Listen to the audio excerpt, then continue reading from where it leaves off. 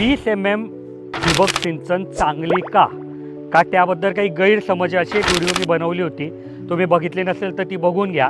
आणि त्याच व्हिडिओच्या कमेंटमध्ये राहुल म्हणून एक शेतकरी बंधू आहे, त्यांनी हा प्रश्न विचारला आहे की बाबा 20 mm ड्रीप आहे, जर 200 फुटापेक्षा जास्ती अंतर आहे आणि 8 लिटर डिस्चार्ज वापरायचा आहे पण सगळीकडे सारखं पाणी पडत नाही, तर मग काय करावं. आता म्हणजे मुळात एका प्रश्नामध्ये 10-15 प्रश्न आहे.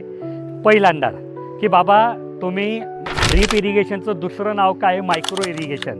मायक्रो म्हणजे काय, छोटं.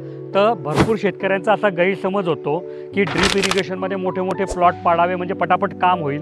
आपण पटापट काम करण्यासाठी ड्रीप नाही केलं आहे. आपण ड्रीपचा एक फायदा तो आहे की पटकन इरिगेशन, पटकन सिंचाई करता येतं. पण ड्रीपचा मेन उद्देश काय आहे की प्रत्येक झाडाला सारखं पाणी पडलं पाहिजे.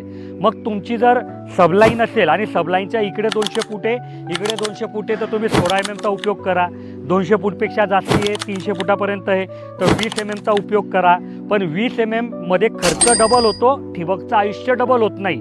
म्हणून 16 mmचा उपयोग ठिबक सिंचनचा जास्तीत जास्त शेतकऱ्यांनी करावा.